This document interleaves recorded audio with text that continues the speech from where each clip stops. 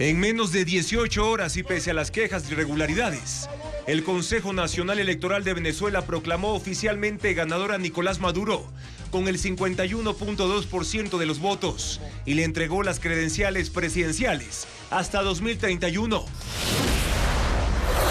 Miles de venezolanos salen a las calles de al menos 8 ciudades a protestar en medio de amplios operativos policiales y militares. Los manifestantes retiraron propaganda de Nicolás Maduro y derribaron una estatua de Hugo Chávez.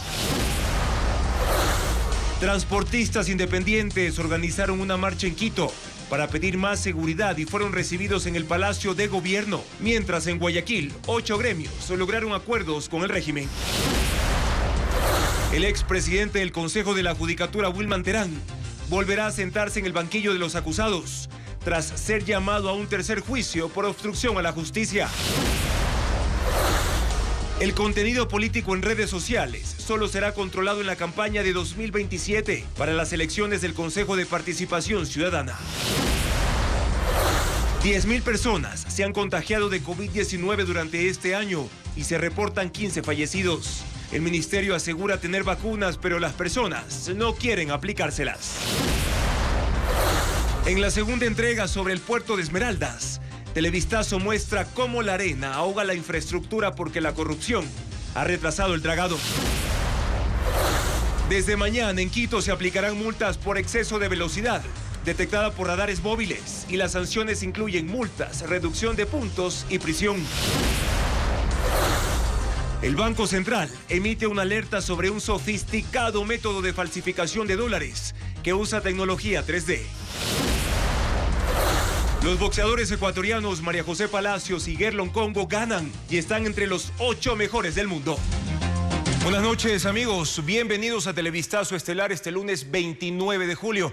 Comenzamos actualizando todo lo ocurrido en las últimas horas en Venezuela tras las polémicas elecciones presidenciales de este domingo.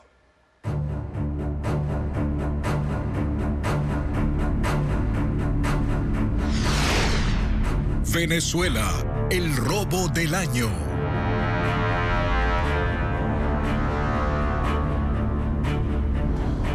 En menos de 24 horas desde el cierre de las votaciones en Venezuela, el Consejo Nacional Electoral proclamó oficialmente a Nicolás Maduro como presidente reelecto, pero no han publicado las actas de cada mesa, como anunciaron anoche, ni se han aceptado impugnaciones. Pese a ello, Maduro recibió su certificado hoy al mediodía. Un reporte con Pedro Jiménez.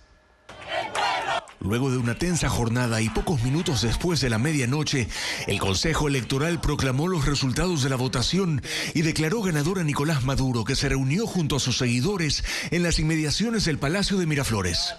Soy Nicolás Maduro Moro, presidente reelecto de la República Bolivariana de Venezuela, y voy a defender nuestra democracia.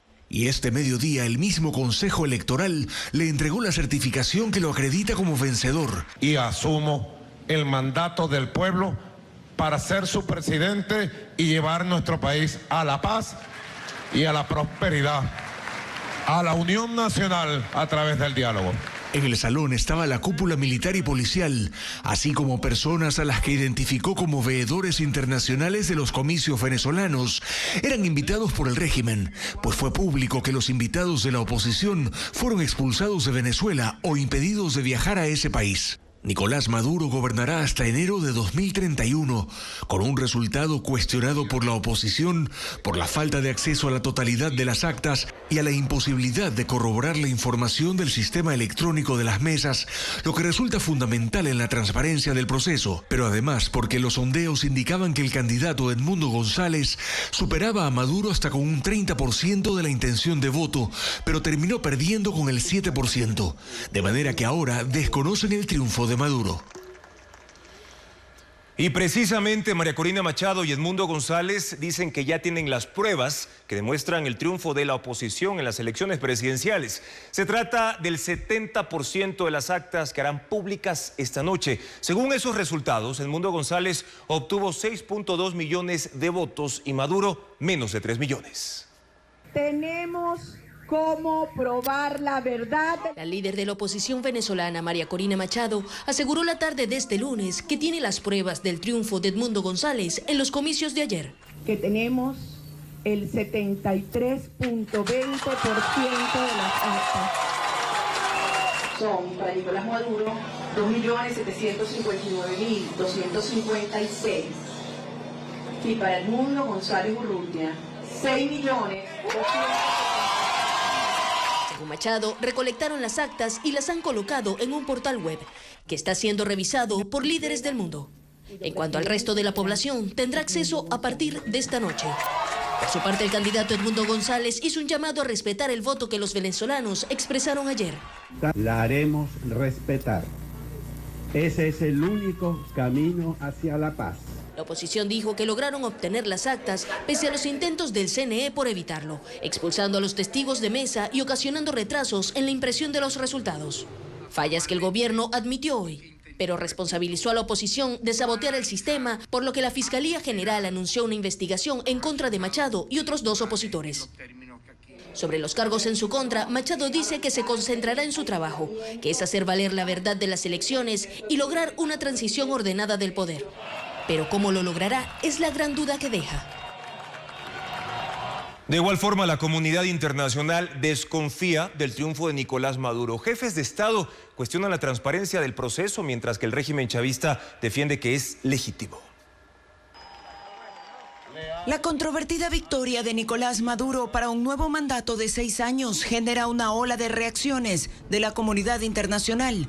El presidente ecuatoriano Daniel Noboa se expresó en su cuenta de X diciendo: en toda la región hay políticos que intentan aferrarse al poder y que pretenden arrebatarle la paz a nuestros ciudadanos. He solicitado a nuestra canciller que realice las gestiones necesarias para convocar al Consejo Permanente de la OEA para tratar la delicada situación que vive Venezuela. Mientras que el presidente de Chile, Gabriel Boric, que la semana pasada criticó las advertencias de Maduro con que habría un derramamiento de sangre si no ganaba, expresó: el régimen de Maduro debe entender que los resultados que publica son difíciles de creer. Exigimos total transparencia de las actas y el proceso, y que veedores internacionales no comprometidos con el gobierno den cuenta de la veracidad de los resultados. Desde Chile no reconoceremos ningún resultado que no sea verificable. El secretario de Estado de Estados Unidos, Anthony Blinken, dijo que tiene serias preocupaciones de que los resultados anunciados no reflejen la verdadera voluntad popular. Es fundamental que los funcionarios electorales de inmediato compartan información con la oposición y los observadores independientes sin demora, y que las autoridades electorales publiquen una tabulación de los votos. Además, los gobiernos de Perú, Uruguay, Argentina y Costa Rica ya han desconocido el triunfo de Maduro, que sin embargo ha recibido la felicitación de países como China, Rusia, Irán, Cuba y Nicaragua. Y en contexto, ante las críticas internacionales por la falta de transparencia en las elecciones venezolanas, ese país anunció que suspende las relaciones diplomáticas con 7 naciones. Además, sostuvo que expulsará las representaciones diplomáticas de Argentina, Chile, Costa Rica, Perú, Panamá, República Dominicana y Uruguay por no reconocer a Nicolás Maduro como ganador de los comicios de este domingo. También retirará a los diplomáticos venezolanos en esos países. Transportistas independientes se movilizaron hacia Quito en sus camiones. La caravana pacífica terminó en una reunión con representantes del gobierno y la decepción de los choferes. Francisco Garcés resume la jornada. La caravana empezó en Tambillo, al sur de Quito. Decenas de camiones de todos los tamaños tomaron rumbo norte por el carril derecho de la Panamericana para entrar a la capital, haciendo sonar sus estruendosas cornetas. Fue la forma que escogieron los transportistas independientes para exigir al gobierno seguridad en las carreteras. Ellos dicen no sentirse representados por los gremios del transporte que se encuentran en mesas de diálogo con el régimen. Entraron al distrito metropolitano por la avenida Simón Bolívar y en columna tomaron la autopista General Rumiñahui y llegaron al sector del Trébol, la entrada para ir al centro de la capital. Hasta ahí la policía y los agentes de tránsito les dejaron circular y les informaron que delegados del gobierno recibirían a una delegación. Sin incidentes dieron vuelta por el trébol y tomaron de regreso el mismo camino por el que llegaron, mientras los dirigentes fueron a la reunión pactada que terminó en la tarde con la decepción de los representantes. En definitiva no se ha sacado absolutamente nada más que venir a decir cuáles son nuestros puntos de vista, cuáles son las soluciones que nosotros hemos venido aportando desde hace mucho tiempo atrás, porque como les desde el inicio nosotros seguimos uniéndonos, luchando, y no para entrar en controversia, ni en pugnas, ni en nada de eso, sino para que el gobierno y las autoridades nos escuchen. Gobierno, asamblea y justicia, eso es lo que necesitamos. La reunión fue con delegados del Ministerio de Gobierno que, según los transportistas, no tenían poder de decisión y se limitaron a escuchar sus exigencias. Establecer puntos de control permanente en sitios críticos de carreteras, controles aleatorios, eliminación de radares en sitios estratégicos y la construcción de playas de descanso seguro en las vías. Tras 2 horas de reunión, los transportistas dijeron temer que su caravana pacífica haya sido en vano. Yo, compañeros transportistas, lamento mucho decirles, y con la decepción del caso, que no se llegó a nada. Si mañana la transportación de base decide pararse, no a bloquear vías, sino a no laborar, por miedo a que nos secuestren, a que nos maten, ya será cosa de que las autoridades empiecen a mirar este asunto. No descartan nuevas movilizaciones, aunque eso dependerá de la decisión que tomen los 5.000 conductores agrupados en la Asociación Hombre Camión, que representa a los transportistas independientes. Además, transportistas denunciaron a agentes de tránsito por extorsionarlos durante operativos en vías que no son de su competencia. Esto fue parte de la mesa de seguridad de este lunes. Diego Cuenca tiene un reporte. En la tercera mesa de seguridad que se realizó este lunes en el ECO 911 de San Borondón, los representantes de 8 gremios de transporte expusieron su malestar por los operativos de agentes de tránsito en las vías que conectan a los cantones de Durán, Guayaquil, Daule y San Borondón. Ha quedado claro el día de hoy que la unidad de tránsito municipal de Durán no tiene competencia en el anillo vial nacional, esto es en la avenida Nicolás Lapenti, en donde se vienen realizando controles que se han convertido en claras denuncias de extorsión. Aunque la avenida Nicolás Lapenti pertenece a Durán y la maneja la agencia de tránsito de ese cantón, es una vía estatal que conecta con el puente de la Unidad Nacional para llegar a Guayaquil. Por ahí pasan cerca de 100.000 carros diarios, entre ellos vehículos pesados que van con carga hacia los puertos marítimos. Ahora la Comisión de Tránsito del Ecuador volverá a tener el control de esa carretera. El subsecretario de Gobernabilidad hará la notificación hoy mismo o el rato que ellos estimen pertinente, e inmediatamente Comisión de Tránsito del Ecuador asumirá el control. Por esas denuncias, el subsecretario de Gobernabilidad que lideró la reunión determinó que los operativos antidelincuenciales serán en compañía de agentes de tránsito. Se van a unir a los operativos donde es su competencia para evitar todos los vehículos, llámense esto, motos, autos, transporte pesado, transporte de pasajeros ilegales, los cuales también, así como en carreteras estamos haciendo los operativos de control, vamos a trabajar en el interior de cada cantón. En la reunión, que duró 2 horas, también se concretó una intervención en los fotorradares, instalados en toda la red vial del país.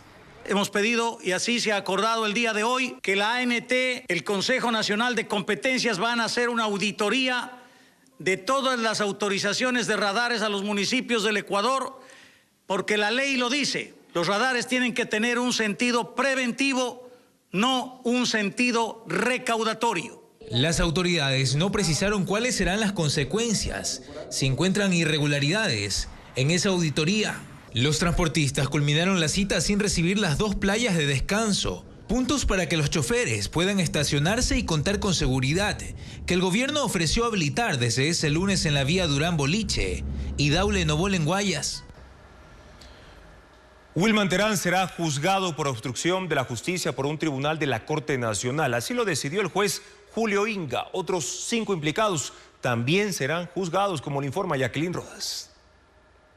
El expresidente del Consejo de la Judicatura, Wilman Terán, la exvocal Maribel Barreno y otros 4 exfuncionarios irán a juicio por obstrucción de la justicia. Así lo decidió el juez Julio Inga. Además, ratificó la prisión preventiva para Terán y dispuso que solo hasta hoy puede permanecer en la cárcel 4 de Quito. El servicio penitenciario lo regresará a La Roca.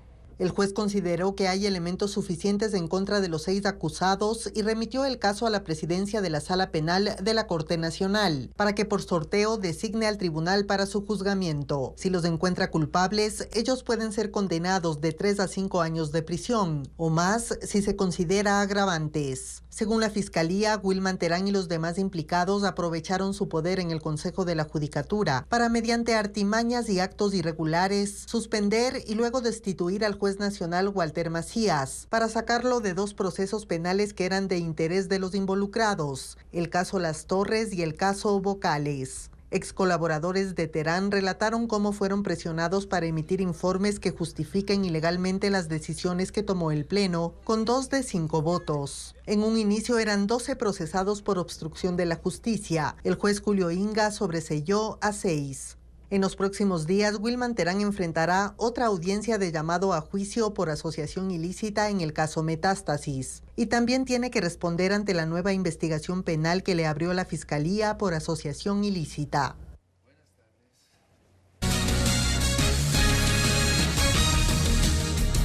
Mucha atención a los conductores en Quito porque desde mañana habrá multas por excesos de velocidad detectadas con radares manuales. Sin embargo, estos operativos no serán sorpresa. Valeria Navarro explica más detalles de cómo se los va a ejecutar. Desde este martes 30 de julio se aplicarán las multas por exceso de velocidad en Quito detectado con cinemómetros o radares de mano. Los vehículos livianos o motos que excedan los 50 kilómetros de velocidad hasta 60 kilómetros en vías urbanas deberán pagar una multa de $138. Quienes sobrepasen los 60 kilómetros serán sancionados con 3 días de cárcel, la reducción de 10 puntos a la licencia de conducir y $460 de multa. Los operativos serán anunciados mediante las redes sociales de la Agencia Metropolitana de Tránsito. Participarán 22 agentes. Se realizarán los martes, jueves y sábados porque son los días en los que hay más casos de siniestros de tránsito. El horario de los controles será de 5 a 7 de la mañana y de 16 a 18 horas. Las sanciones por exceso de velocidad se aplicarán en 4 puntos, 3 de ellos en la avenida Simón Bolívar. Son el Troje, la Forestal y la Universidad Internacional. El 4º punto es en los alrededores de la plataforma gubernamental sur. Hemos tomado en cuenta que el conductor o el ciudadano que en caso que esté fuera del rango moderado no tenga que usar una grúa, sino nosotros facilitaremos para que un familiar venga y si tenemos que esperar 1, 2, 3 horas para que un familiar venga y el vehículo sea trasladado, retirado por un familiar, estamos en ese aspecto. En otros 16 puntos de la capital, el uso de radares móviles seguirá siendo preventivo y los agentes no aplicarán sanciones. Los billetes G5 son ofertados en redes sociales. Son falsificaciones bastante parecidas a los originales, pero ¿cómo detectarlos? ¿Cómo reconocerlos? Diego Puente tiene la respuesta en el siguiente informe. El Banco Central identificó que dólares falsificados denominados G5 se ofertan en redes sociales en Ecuador.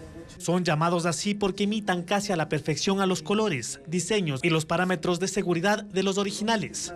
Esto dificulta reconocerlos. Para fabricarlos, las mafias usan el papel moneda de los billetes de baja denominación. Quitan la impresión de la última capa para poner valores altos. Así aprovechan seguridades que están en las capas interiores y en las texturas. También usan papel moneda de otros países, cuya devaluación hace que los ejemplares no tengan un valor real y pueden ser comprados al por mayor. A diferencia de otros casos en donde las mafias buscaban integrar sus billetes en la economía, los G5 son vendidos en grandes cantidades a usuarios en redes sociales. Aquellos que los comercializan dicen que son indetectables a marcadores que a contadores de dinero electrónicos, lo que no es del todo cierto según criminalística de la policía. Explican que cada billete tiene seguridades específicas que son detectadas a simple vista, por los contadores o por los cajeros automáticos. Es complicado que un billete que ha sido manipulado, falsificado, cuente con la misma seguridad, con las mismas dimensiones que un papel con un soporte original. Como manejamos un billete, un papel moneda muy seguro, es muy difícil que estas máquinas no detecten esos cambios en el papel. Cada billete tiene microimpresiones y otras seguridades que reaccionan ante el uso de diferente tono de luces. El Banco Central, mediante un mensaje explicativo, pidió tocar y sentir las texturas en el traje del personaje, que tiene un labrado sutil, mirar los ojos de seguridad verticales, la marca de agua y girar los billetes para ver el cambio de color de la tinta con la luz. No habrá control del contenido de redes sociales en las próximas elecciones. Así lo afirmó el Consejo Nacional Electoral, pese a que el Tribunal Contencioso lo dispuso a través de una sentencia. Según el CNE, esto solo se puede aplicar a partir del año 2027. Patricio Díaz con la explicación. El contenido de redes sociales no será controlado por el CNE en las próximas elecciones. La presidenta del organismo, Diana Tamaín, lo confirmó durante una reunión con los representantes de las organizaciones políticas que participarán en los comicios presidenciales de 2025. Las inquietudes vinieron del partido Suma. Actualicen la normativa respecto al monitoreo de redes sociales, no se aplique la sentencia del Tribunal Contencioso Electoral y particularmente no se limite el derecho a expresión de los candidatos. La consulta surgió porque Allen Berbera, expresidente del Consejo de Participación Ciudadana, fue sancionado por hacer su campaña junto al correísmo, aunque estaba prohibido. Y el Tribunal Contencioso Electoral dispuso que las publicaciones por redes sociales, cuya connotación, contexto y contenido tengan por propósito movilizar la voluntad popular a favor de una candidatura o en perjuicio de alguna opción electoral, debe ser considerada publicidad electoral. Por lo tanto, está sujeta a control. Sin embargo, el Consejo señala que esta norma no se puede aplicar para las elecciones presidenciales. Se refiere a casos análogos y ulteriores. Entonces, y esta sentencia hace referencia al Consejo de Participación, a las candidaturas del Consejo de Participación Ciudadana y Control Social. Es decir, se aplicará en 2027 exclusivamente en la elección de los nuevos consejeros de participación ciudadana y no de otras dignidades. El Consejo Electoral controla y monitorea lo que las organizaciones políticas y candidatos publican en medios tradicionales y digitales. Incluso tienen que aprobarlos. Sin embargo, según los consejeros, la ley no les permite regular lo que los postulantes y listas publican en redes sociales. El caso de los consejeros de participación ciudadana será entonces una excepción. 10.000 contagios y 15 fallecidos por COVID-19 en lo que va del año según datos oficiales. Pero pese a esas cifras, la población no está interesada en vacunarse, según el Ministerio de Salud Pública. Bessie Granja explica las razones. A escala nacional se registran casi 10.000 contagios de COVID-19 y 15 fallecidos por esta enfermedad en lo que va del año. En medio de esto, son pocas las personas que acuden a los centros de salud por una vacuna. De pronto sí, cuando haya una oportunidad. No, la verdad ya no me gustaría vacunarme la segunda vez, porque pues a mí sí me dejó como secuelas la primera vacuna. Este año se contabilizan 86.371 vacunas aplicadas contra el coronavirus. Quienes más se colocaron una dosis tienen entre 20 y 64 años. Pichincha concentra la mayoría de inmunizados. Actualmente se aplica la vacuna Moderna. 250.000 dosis llegaron en abril pasado y fueron adquiridas por el gobierno utilizando el fondo rotatorio de la Organización Panamericana de la Salud. Pues están dirigidas a esa población vulnerable, a esos adultos mayores, a los niños que no han tenido la oportunidad en el Ecuador de vacunarse porque no estaban indicadas las vacunas para esta población pediátrica. El Ministerio de Salud no explica por qué, si los habitantes no quieren vacunarse, se pretende comprar un nuevo lote de dosis y hasta cuándo las existentes son aptas para su uso. Según las autoridades, la inyección actualmente disponible protege contra la variante XBB 1.5 y se calcula que también parcialmente contra las derivaciones JN.1 y KP, ambas variantes del COVID que circulan en el mundo. Este miércoles se aplicaron 4.100 dosis a reos del Centro de Rehabilitación de Cotopaxi. Ocurre una semana después de que se retomaron las visitas en esta y otras cárceles. En Manabí, una mujer de 33 años ingresó a un hospital creyendo que sufría dolores abdominales, pero descubrió que estaba a punto de dar a luz a su primer hijo. Karen Ceballos con esta historia. Fue un nacimiento inesperado. Lo que Ani Tuárez creyó que era un malestar abdominal se transformó en la sorpresa de su vida. Tenía 39 semanas de embarazo y no lo sabía. Ella acudió al Centro de Salud de Santa Ana en Manabí, donde los médicos descubrieron que en realidad estaba experimentando contracciones de parto. Con 5 centímetros de dilatación y contracciones cada vez más intensas, fue trasladada al Hospital Verdi Ceballos Balda de Portoviejo, donde tras 10 horas de labor dio a luz. Fui con un cólico y me salió un niño bien grande, sanito, sin complicaciones, ni en el parto. Ya lo vio la pediatra y está todo bien. Víctor Emanuel, como fue llamado, nació con un peso de 3.417 gramos y una estatura de 51 centímetros.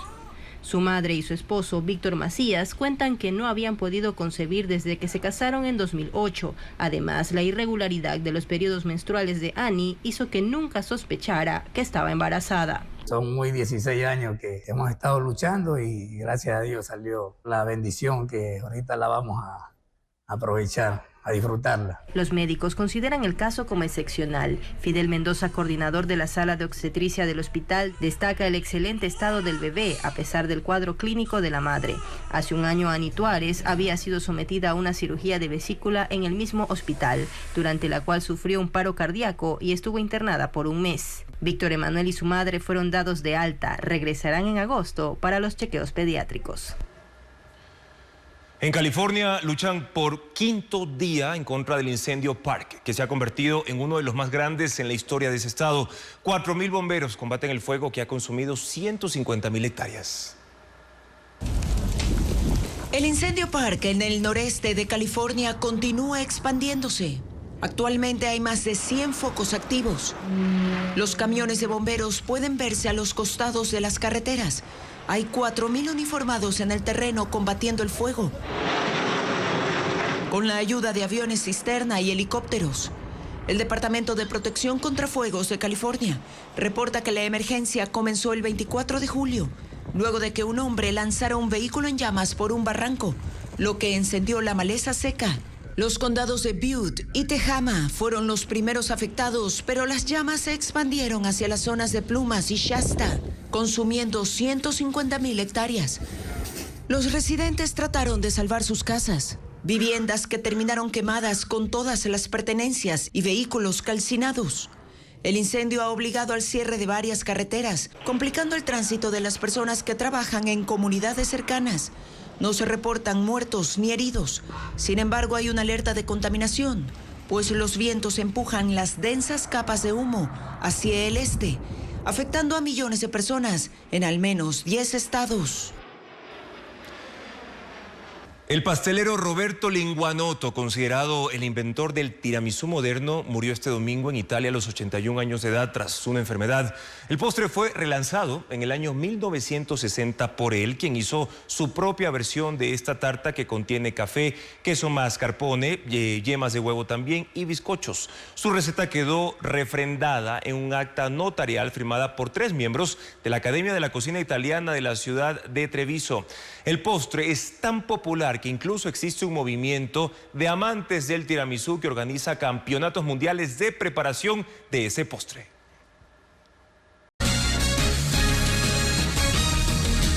Ataque armado contra una buseta cerca de una gasolinera en El Guabo, provincia del Oro, deja 3 fallecidos. Según la policía, 2 hombres armados en vehículos interceptaron y subieron a la buseta, amedrentando al conductor en busca de una pareja que viajaba de Guayaquil a Machala. Los uniformados revelaron que ambos eran parte del grupo terrorista Los Lobos. Una mujer más resultó víctima colateral de la balacera. Un incendio forestal consume la vegetación en la cima del cerro Urcumuyuna, en el sureste de Cuenca. La topografía de ese terreno complica controlarlo. La línea de fuego se extiende por más de 1 kilómetro. Una cortina de humo y fuego se extiende en la cima del cerro Urcumuyuma, en la parroquia San Joaquín, al sureste de Cuenca. Las llamas comenzaron la tarde de este domingo y los fuertes vientos las propagaron rápidamente. 120 personas entre bomberos y brigadas comunitarias están intentando controlarlas, pero las labores se complican debido a que el ascenso a la montaña toma cerca de 2 horas y media. El terreno es irregular y al ser una zona de bosque virgen, no hay senderos trazados. Bastante difícil, la topografía, como les indico, más el tipo de combustible que es pajonal y, en este caso, vegetación del lugar.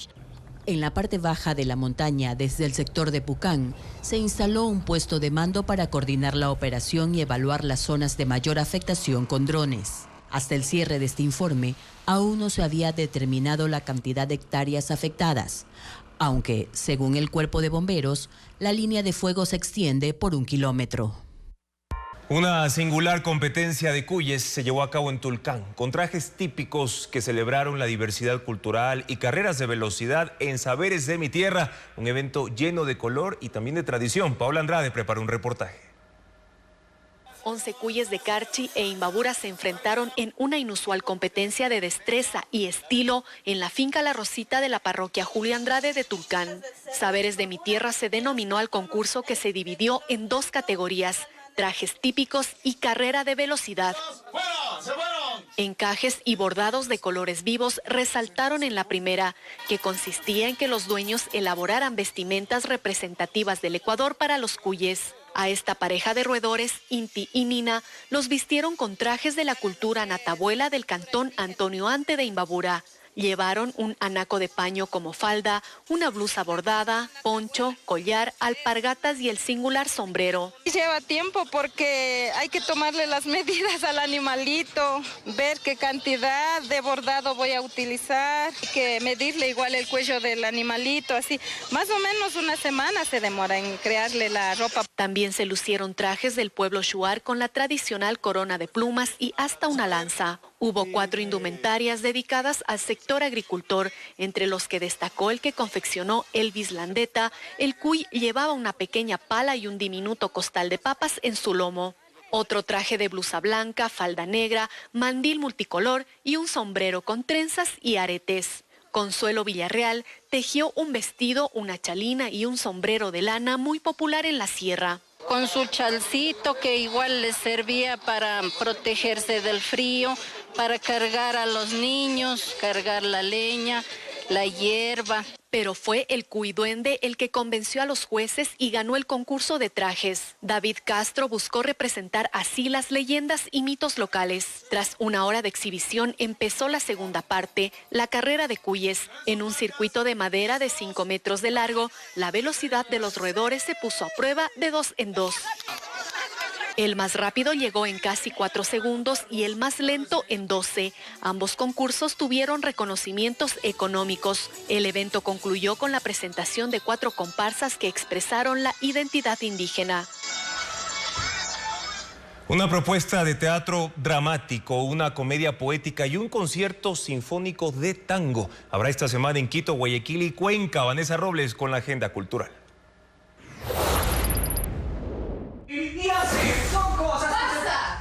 Estoy harta de estos libros. La comedia Paralelogramo del ecuatoriano Gonzalo Escudero es un viaje poético que explora la condición humana y la relación espacio-tiempo en 6 escenas. Almas ausentes, la galería de un hospital y un vagón de tren son parte de los ambientes donde 8 actores se desenvolverán durante 60 minutos. Las funciones serán este 2, 3 y 4 de agosto a las 5, 6 y 8 de la noche en Muégano Teatro, en el centro de Guayaquil.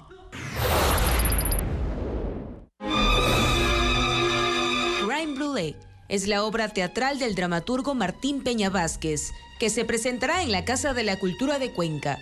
Trata sobre Billy J. Flash, un asesino de los años 40 que acaba de cometer el crimen más atroz de Ciudad Beta, conmocionando a los habitantes del lugar, donde siempre ha reinado la tranquilidad y rutina. Solo habrá 2 funciones, el miércoles 31 de julio y el jueves 1 de agosto, a las 7 de la noche.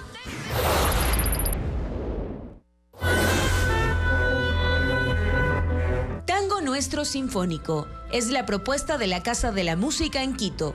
Las mejores obras de los argentinos Astor Piazzolla y Carlos Gardel serán interpretadas por la Orquesta Sinfónica Nacional del Ecuador. El evento también contará con una muestra de danza y será el viernes 2 de agosto a las 8 de la noche.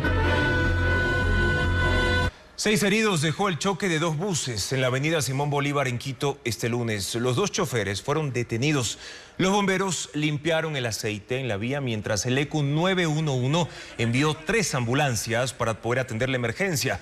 Un carril de la ruta en sentido sur-norte fue cerrado al tránsito. La Agencia Metropolitana de Tránsito reportó otros 2 accidentes en esa vía considerada de alta siniestralidad en el país. El exdirector de la Escuela de la Función Judicial, Michael Hernández, procesado en el caso Plaga, se entregó a la justicia y fue enviado a la cárcel regional de Cotopaxi. Más detalles con Fabiola Santana. Michael Hernández, procesado por delincuencia organizada en el caso Plaga, se entregó a la justicia tras casi un mes de estar prófugo. El sábado acudió a la Fiscalía General y ofreció cooperar con las investigaciones. Solicitó ser enviado a la cárcel 4 de Quito, pero el conjuez Manuel Cabrera lo envió a la cárcel de La Tacunga. Hernández fue director de la Escuela de la Función Judicial cuando Wilman Terán era director del Consejo de la Judicatura. Antes fue socio del abogado del narcotraficante Leandro Norero Cristian Romero en el estudio Fandet. La Fiscalía lo acusó de gestionar en la Corte Nacional de Justicia una resolución para favorecer a un abogado sentenciado por tráfico de influencias a cambio de $50,000 entregados por Romero. Recibió otros $5,000 desde México por otro procesado del caso Plaga.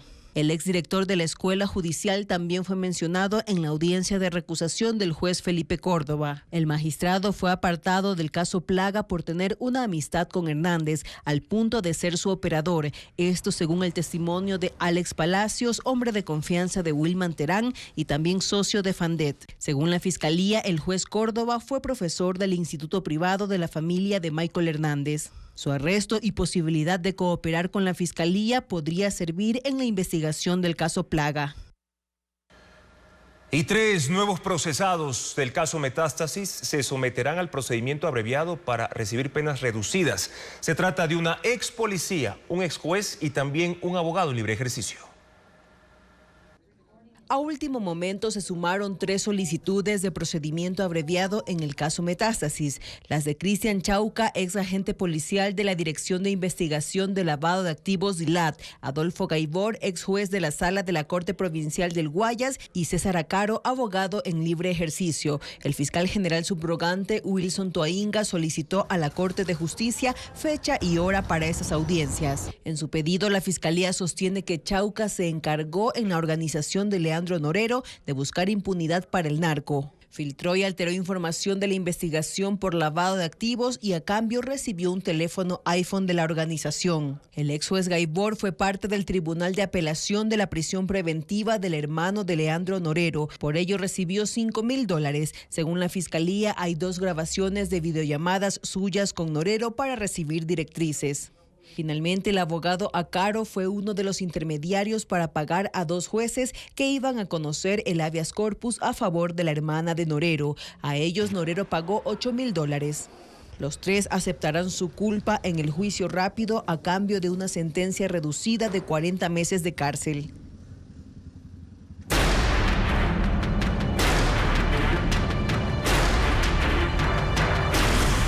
Esmeraldas, el puerto fantasma. ¿Por qué el puerto de Esmeraldas dejó de operar y se convirtió en fantasma? La principal causa es la existencia de un enorme banco de sedimentos de arena que impide la llegada de barcos. El dragado no se ejecutó debido a un desvío de recursos, según la autoridad de la Contraloría. En esta segunda entrega, Hernán Higuera describe más detalles de su estado.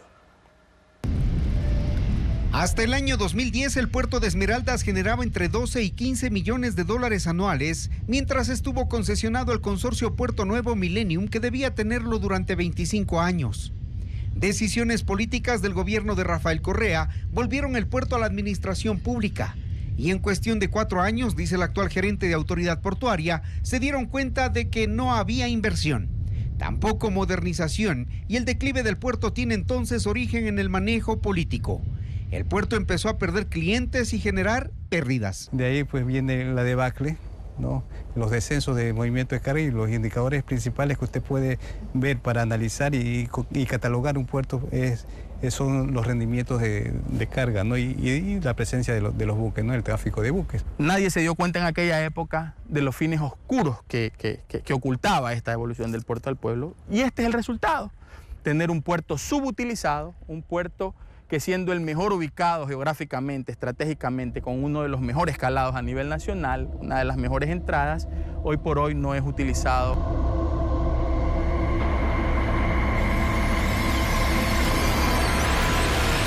La designación de gerentes sin perfil, el desvío de fondos, contratos ficticios y la corrupción en el manejo de la autoridad portuaria explican, según el actual alcalde de Esmeraldas, Vico Villasís, el descuido del puerto.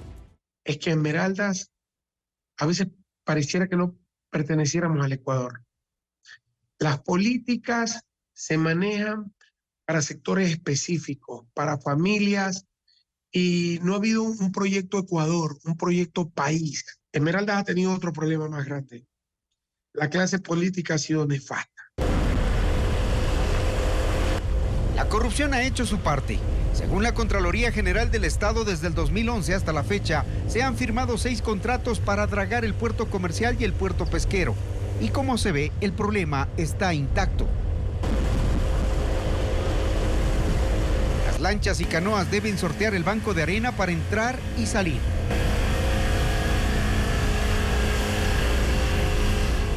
Ceder el paso, porque ya una isla los bloquea. Ahí están guardacostas de la Armada y remolcadores de Petroecuador. Si este momento hubiera un derrame de petróleo en el terminal de Balao, los barcos de Petroecuador no podrían salir por la escasa profundidad de las aguas.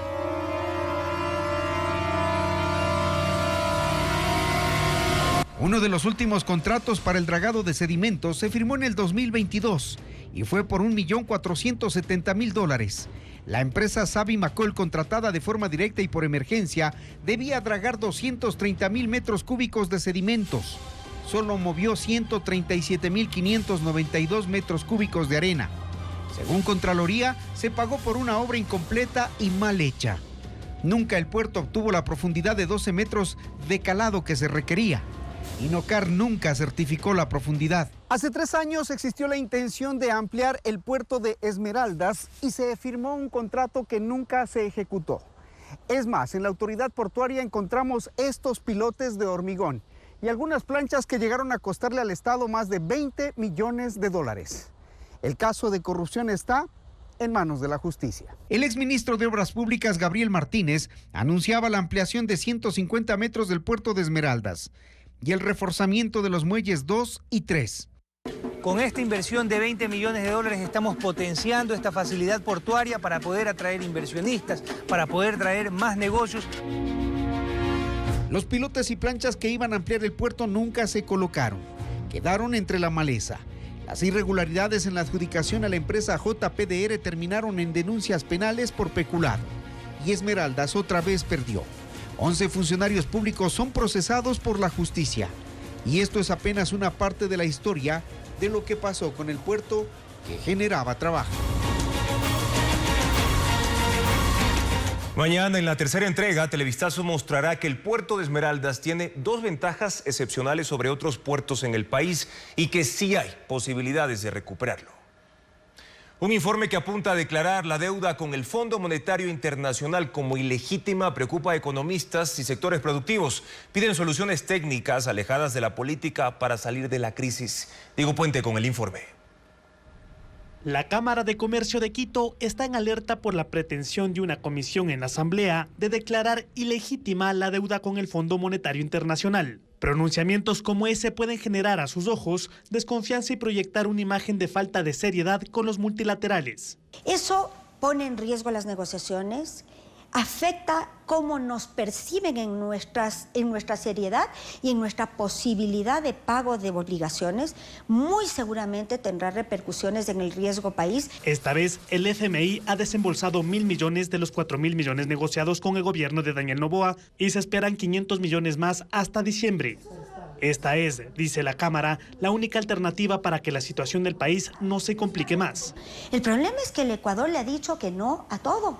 Tenemos una explotación petrolera mermada, tenemos un cierre inminente del ITT, tenemos una productividad disminuida porque no somos competitivos. Luego de un proceso de fiscalización del acuerdo de acceso a 4.000 millones de dólares, la Comisión de Transparencia aprobó un informe para llamar a juicio político al ministro de Finanzas, Juan Carlos Vega, declarar la ilegitimidad de la deuda y activar los mecanismos para demandar la inconstitucionalidad de dicho acuerdo. Es volver a la politiquería barata que estuvimos acostumbrados en el pasado, de que cuando la deuda la toman ellos es buena, cuando la deuda la toman otros es mala. Según los legisladores de esta comisión, conformada por mayoría de la Revolución Ciudadana y Pachacutic, la deuda con el FMI no está destinada a financiar el gasto social o invertir en proyectos, sino al pago de más deuda.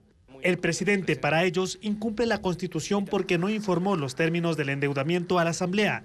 Sin embargo, los expertos económicos dicen que eso solo se aplica en tratados de libre comercio. No, los tratados los firma el presidente de la República, el acuerdo con el Fondo Monetario es una carta de intención de un crédito que solicita el Ministerio de Finanzas y el Banco Central. El informe de la comisión pasará al Pleno. Mientras de eso se tramita, la Cámara de Comercio pidió a la Asamblea y al Gobierno seriedad y que se debatan medidas económicas, técnicas, responsables y urgentes para afrontar la crisis en el país.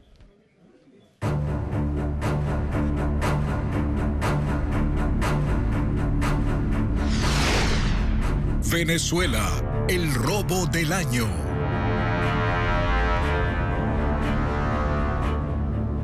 La Organización de Estados Americanos, OEA, sesionará de manera extraordinaria este miércoles 31 de julio a las 3 de la tarde para analizar los resultados de las elecciones presidenciales en Venezuela. Esa reunión es convocada por pedido de Estados Unidos, Argentina, Canadá, Chile, también Costa Rica, Guatemala, Panamá, Perú, República Dominicana, Uruguay, Paraguay y en esa lista se incluye también Ecuador. Mientras tanto, miles de venezolanos se movilizan en Caracas y otras ciudades en contra del resultado de las presidenciales. Multitudes recorren las calles, se retiran publicidad de Nicolás Maduro e incluso han derribado una estatua del exmandatario Hugo Chávez. Más detalles con Merly González. La protesta inició de manera espontánea pasadas las 10 de la mañana, con un cacerolazo para rechazar los resultados electorales que le dieron el cuestionado triunfo a Nicolás Maduro. El golpe de las ollas se sintió en toda Caracas, pero no fue suficiente para reflejar la indignación. Entonces comenzaron las movilizaciones.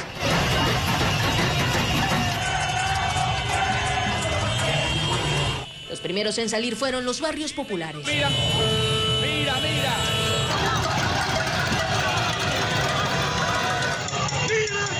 Bloquearon vías, incendiaron barricadas y arrancaron las vallas publicitarias de Maduro.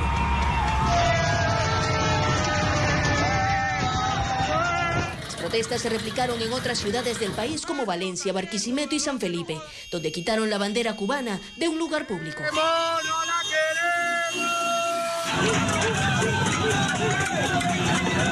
En la ciudad de Coro derribaron una estatua de Hugo Chávez.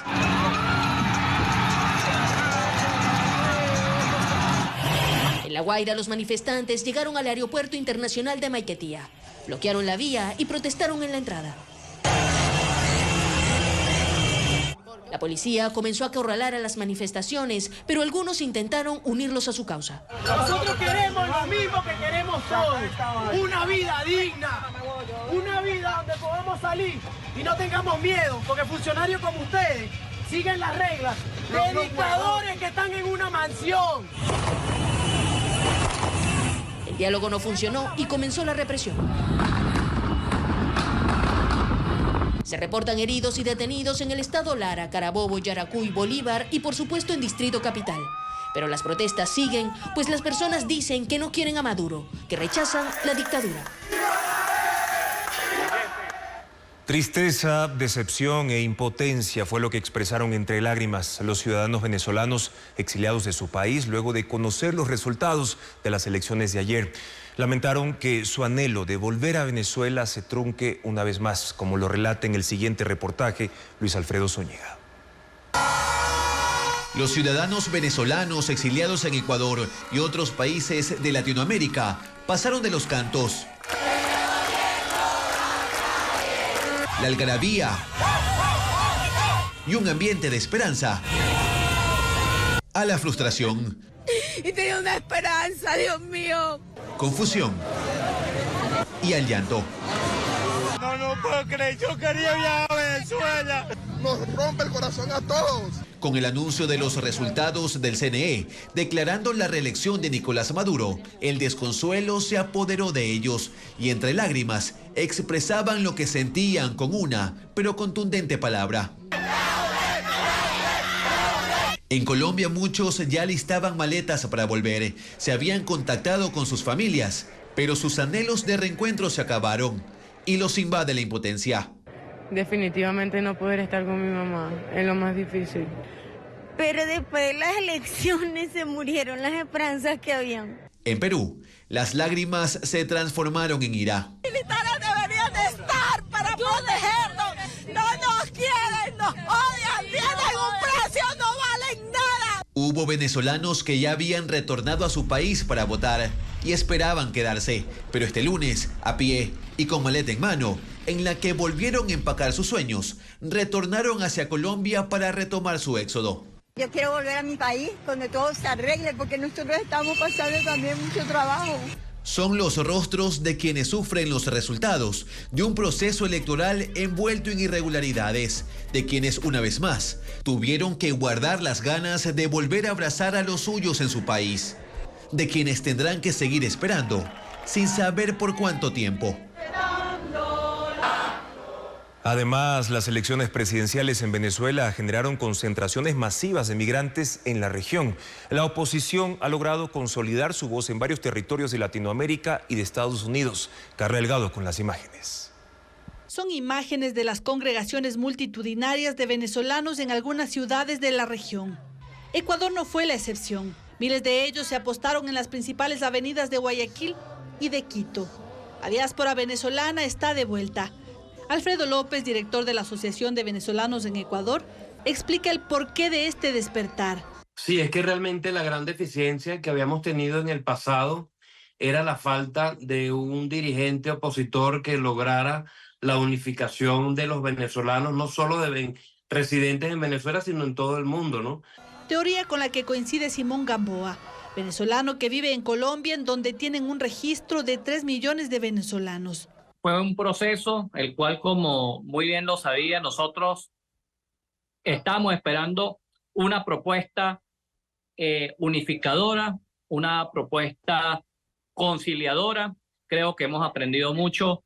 Y este fenómeno va más allá de la jornada electoral del domingo, porque han logrado consolidar una voz de mando que mueve a los grupos de venezolanos en el mundo. Estamos a la expectativa y bien interesados en saber de parte de la señora María Corina Machado, que es la que está dirigiendo la oposición en este momento, todos los métodos y condiciones que debe seguir la diáspora y las personas en Venezuela para poder insistir en este fraude masivo a nivel mundial. Incluso para defender el voto.